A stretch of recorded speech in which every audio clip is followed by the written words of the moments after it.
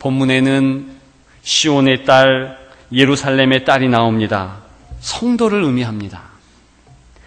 기뻐하는데 크게 기뻐하라, 그렇게 얘기합니다. 즐거이 부를지어다, 그렇게 말씀합니다. 그런데 실상은 이 사람들은 기뻐할 수 없는 사람들이었습니다. 오히려 울고 싶고 눈물이 더 가까운 사람들이라는 것입니다. 현실의 문제가 만만치 않았습니다. 70여 년의 포로 생활 후에 고향으로 돌아왔습니다. 그런데 냉엄한 현실만이 기다리고 있었습니다.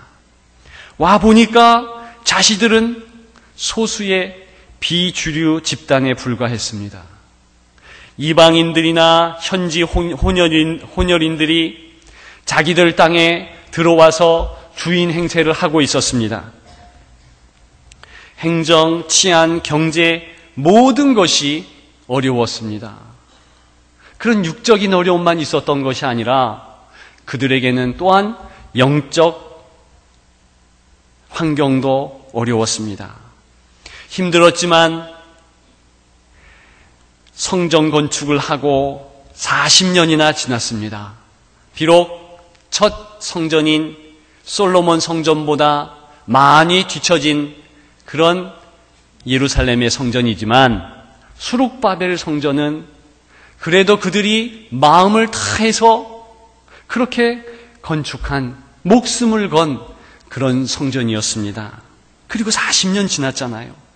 성전만 건축하면 자신들의 고생이 끝날 것 같았습니다. 그러나 일상은 여전히 힘들고 또 힘든 정도가 아니라 불편했으며 특별히 영적으로도 기갈했습니다.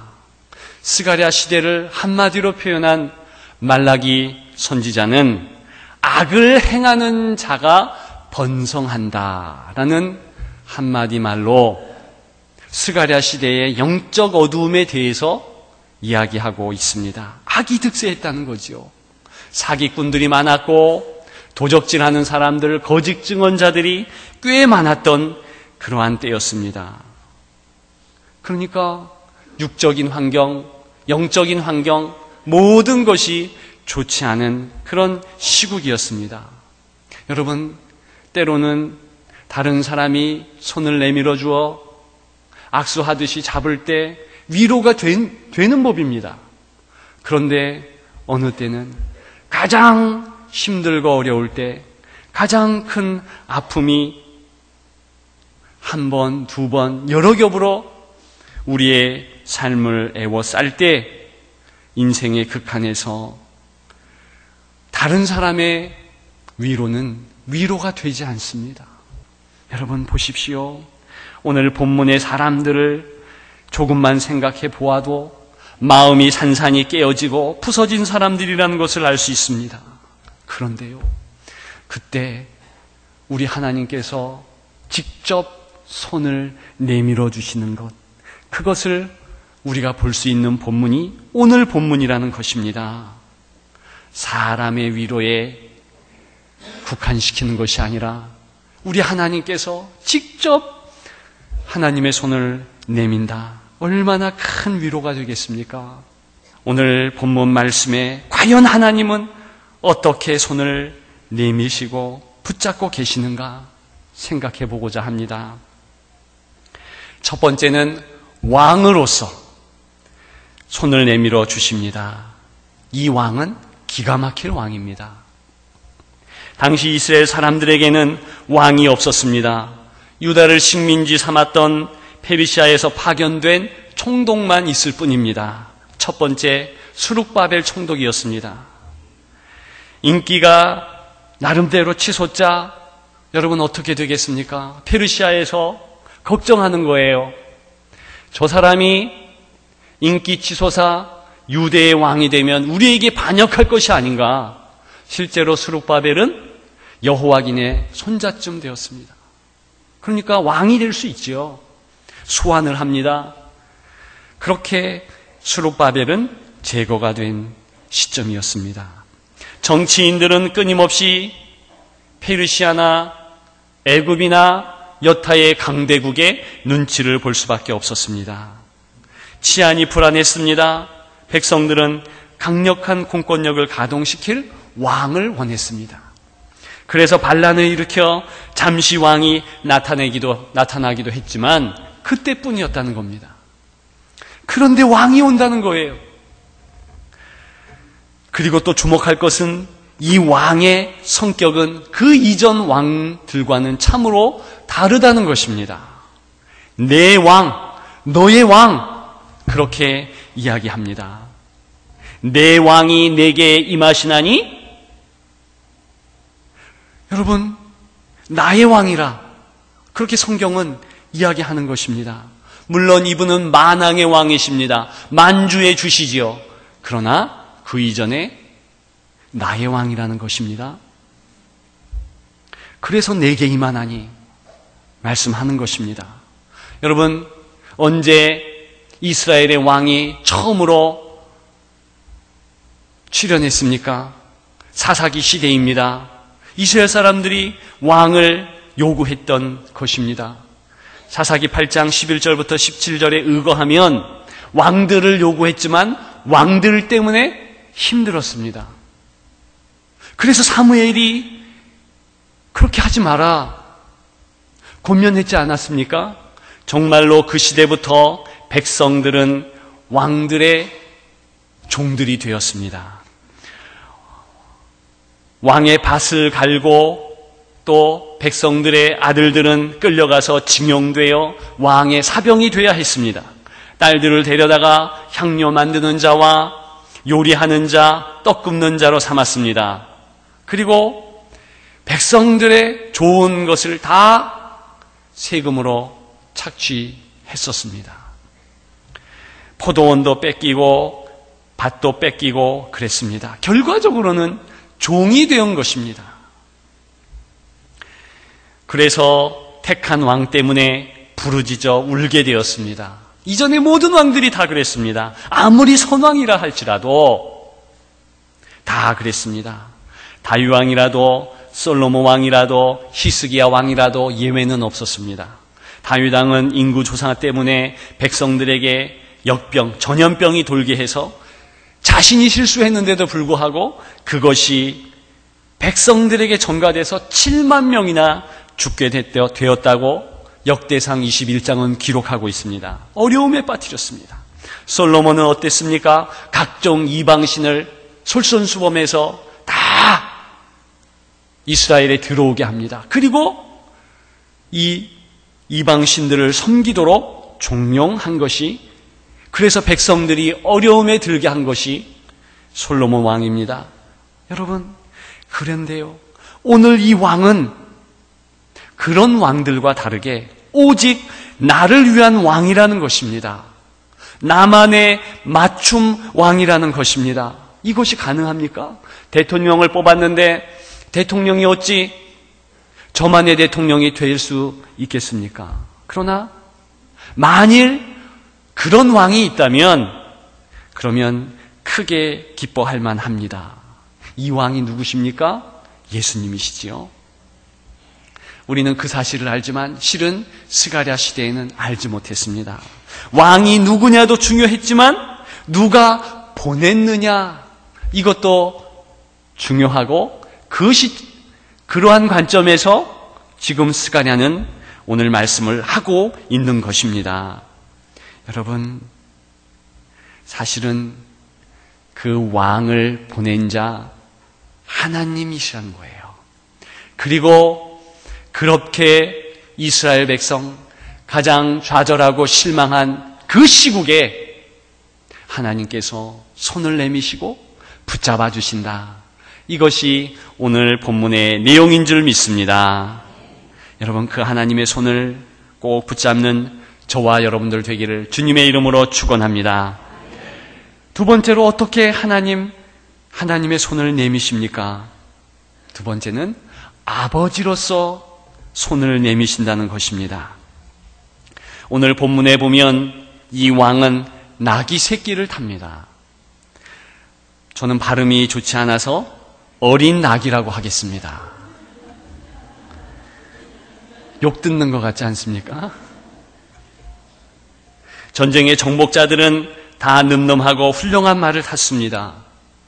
이 왕은 다른 정복자들과 싸울 의도가 없기 때문에 어린 나귀를 타셨을까요? 어린 나귀를 타셨다는 거예요? 네, 그런 의미가 분명히 있습니다. 없지 않아요. 그러나 그것보다도 더 중요한 사실이 있습니다. 온전히 시온의 딸과 예루살렘의 딸들, 그 시대의 백성들과 저와 여러분들을 위해서, 성도를 위해서 어린 나귀를 타셨다는 것입니다. 나귀는 당시 사람들이 가장 편하게 이용하는 가축이었습니다. 그래서 마태복음 21장에 보면 예수님의 명령을 받고 제자들이 건너편 마을로 가서 매어 있는 나귀와 어린 나귀를 쉽게 가져올 수 있었습니다. 흔하기 때문입니다. 짐을 싣는 운반 수단도 됐고 또 직접 사람들이 타는 운송 수단도 되었습니다. 그랬습니다. 그러나 이 나귀는 말에 비하면 비천한 동물이었습니다. 성경의 어디를 보아도 왕이 나귀를 탄 기록은 있지 않습니다. 신하나 종은 가끔 탔습니다. 그런데 주님은 나귀도 아니라 어린 나귀를 타셨다. 발음이 조금 안 좋지만 나귀 새끼를 타셨다. 지금 성경은 그 이야기를 하고 있는 것입니다. 신하나 종들조차도 꺼려하는 그러한 어린 나귀였습니다. 왜 타셨는가? 그것은 바로 백성들을 위함이라, 저와 여러분들을 위해서 어린 나귀를 탔다는 것입니다. 그 단서를 겸손이라는 단어에서 찾을 수 있겠습니다. 겸손하셔서 하여서 나귀를 타시나니 나귀의 작은 것 곧 나귀 새끼니라. 본문에 기록되어 있잖아요. 이 겸손이라는 히브리 말 아니의 원래 의미는 진짜로 낮아지고 비천해지고 그리고 가난하게 된다는 뜻입니다. 뭐 마음이 겸손하다 이런 의미가 아닌 것이에요. 그래서 영어권에서는 humble 혹은 low라는 단어로 썼는데 이 서양 사람들은 그 단어들을 싫어합니다. 왜 그러냐 하면 정말로 비참하게 되는 그런 모양새가 그 단어 안에 있는 거예요. 마음이 겸손하고 뭐 그런 의미가 아니라 내가 부자인데 마음이 겸손하고 이 뜻이 아니라 실제로 돈이 없고 실제로 집도 없고 어려움이 있는 그런 상황. 그것이 오늘 본문의 실제적인 뜻입니다. 겸손하여 그것은 정말로 가난하게 되셔서 그렇게 어린 나귀를 타셨다. 그런 내용이라는 것입니다. 여러분, 왜 그렇게 하셨을까? 그것은 이제 예루살렘과 시온 성에 살고 있는 하나님의 백성들이 그토록 비참하게 사니 종의 형국으로 이사야가 얘기했듯이 고난받는 종의 모습으로 오신다는 거예요. 여러분, 평화를 위해서 나귀를 타셨지만 그것은 두 번째 이유라는 것입니다. 백성들을 위해서, 저와 여러분들을 위해서, 성도들을 위해서 그렇게 하셨다. 이것이 본문의 가장 중요한 내용인 줄 믿습니다.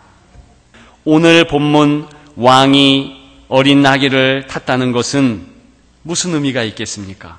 누구와 연계됩니까? 그 왕의 아버지와 연관이 있다는 것입니다. 아버지와 연관이 있는 거예요. 실제로 우리는 예수님이 그 왕이시고 메시아로 오셨고 그래서 모든 상황 파악이 다 되잖아요. 그래서 이 본문을 보면 예수님과 꼭 연관해서 봅니다. 그러나 여러분, 스가랴 시대에는 예수님에 대해서 알지 못했습니다. 메시아가 올 것이라는 것만 어렴풋이 알았는데 그런 전국에서 누구에게 초점이 있겠습니까? 그것은 어린 나귀를 탄 왕, 그 왕을 보낸 아버지 하나님. 여러분, 그렇기 때문에 사실은 아버지 하나님에 대한 방점, 초점이 있는 것이 오늘 본문의 내용이라는 것입니다. 먼저 스가랴가 하고 싶은 말은 무엇입니까? 아버지 하나님께서 손을 내미시는데 왕을 보내시면서 그 왕의 아버지가 먼저 손을 내미시면서 어린 나귀같이 비천한 백성들에게 가까이 다가오고 계신다. 여러분, 가까이 다가오는 분의 대명사는 아버지인 것이에요. 그래서 이제 신약을 보면 그 모습을 아빠 아버지, 아바 아버지로 기록하고 있습니다. 그러나 이미 구약에서 아바 아버지의 모습이 나타나는데 오늘 스가랴 본문에서 이렇게 기가 막힌 모습으로 우리 하나님께서 아버지가 되셔서 아들 왕을 보내시는데 누구에게 보내시는가?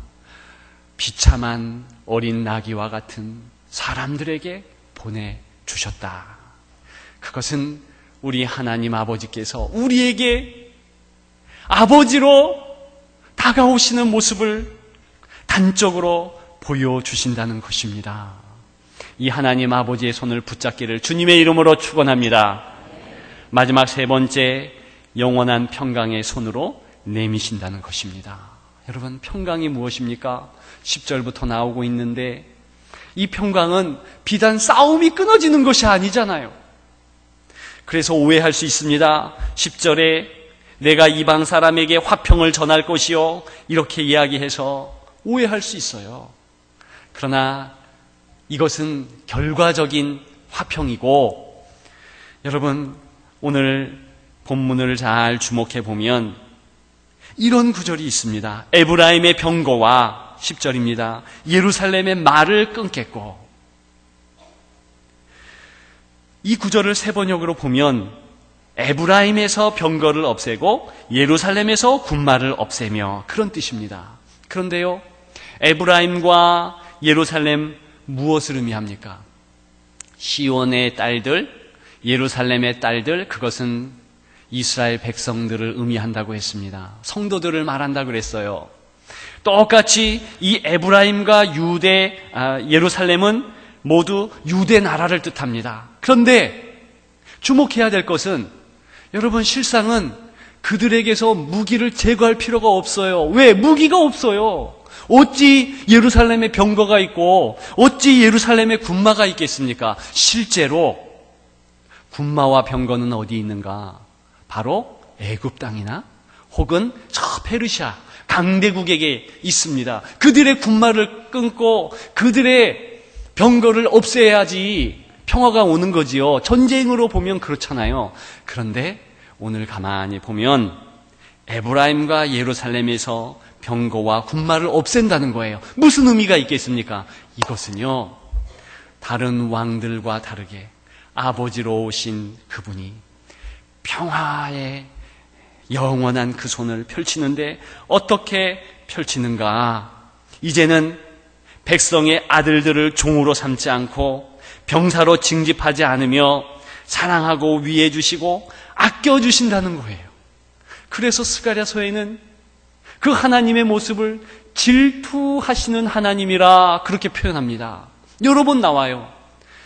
여러분, 질투라는 것이 무엇입니까? 우리 한국어에는 그게 좀 좋지 않은 뉘앙스입니다. 부정적이잖아요. 그러나 히브리 원문으로 보면 그렇지 않습니다. 특별히 새 번역이나 현대의 번역에는 그 모습을, 그 백성을 아끼고 아낀다, 사랑하고 사랑한다, 그렇게 표현합니다. 그러니까 우리 하나님이 오늘 이스라엘 이 백성들을, 유대 거민들을 가장 힘들고 어려울 때 내가 너희를 아낀다, 내가 너희를 이제는 전혀 종들로 삼지 않고 내 자녀로 삼을 것이다, 그걸 얘기하시는 거예요. 그러면서 손을 내밀으셔서 영원한 평강, 영원한 샬롬으로 너희를 붙잡아 주신다. 여러분, 이렇게 기가 막힌 내용을 이야기하고 있는 겁니다.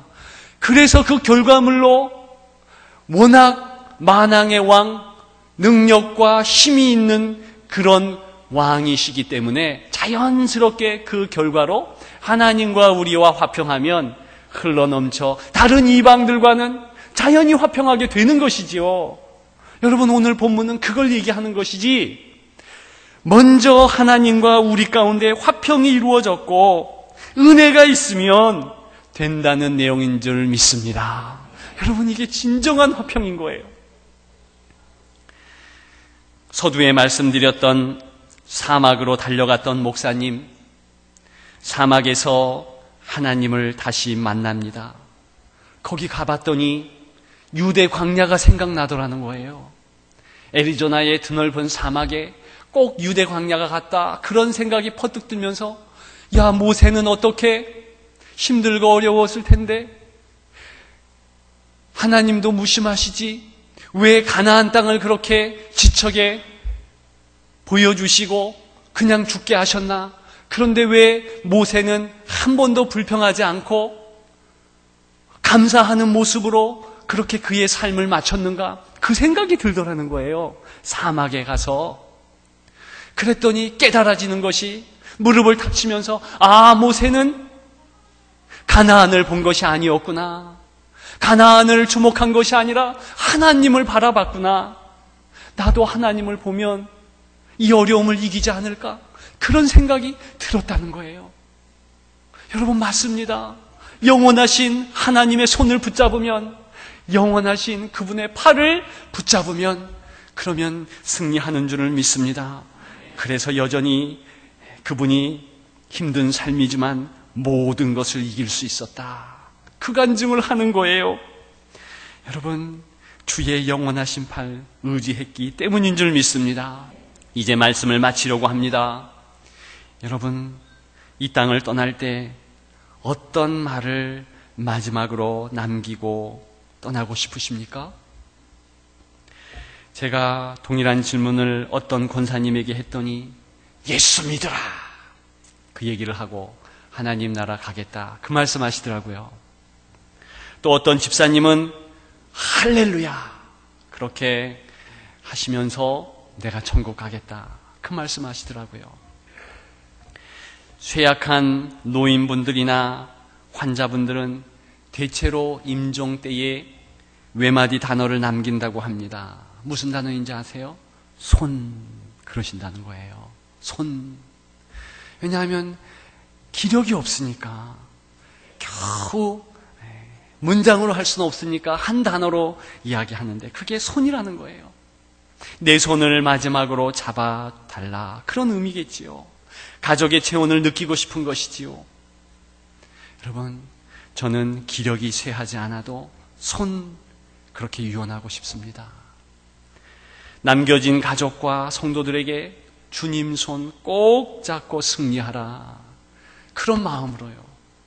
그리고 또 한 가지는, 주님, 내 손을 지금까지 잡아주셨는데 이후에 더 붙잡아 주시옵소서, 하나님 승리케 하시옵소서, 그런 바람으로 그렇게 하고 싶습니다. 여러분, 하나님은 손을 내밀어 주셔서 우리를 꼭 붙잡아 주십니다. 따뜻한 온기 가득한 손입니다. 첫째는 왕으로 손을 내미십니다. 두 번째는 아버지로 손을 내밀어 주십니다. 세 번째는 영원한 샬롬, 영원한 평강으로 손을 내밀어 주는 줄을 믿습니다. 여러분, 크게 기뻐해도 괜찮습니다. 누가 하나님 사랑에서 끊을 수 있으리요? 누가 하나님 손에서 우리를 해할 자 있겠습니까? 우리는 주 안에서, 주의 손 위에서 승리하는 줄을 믿습니다.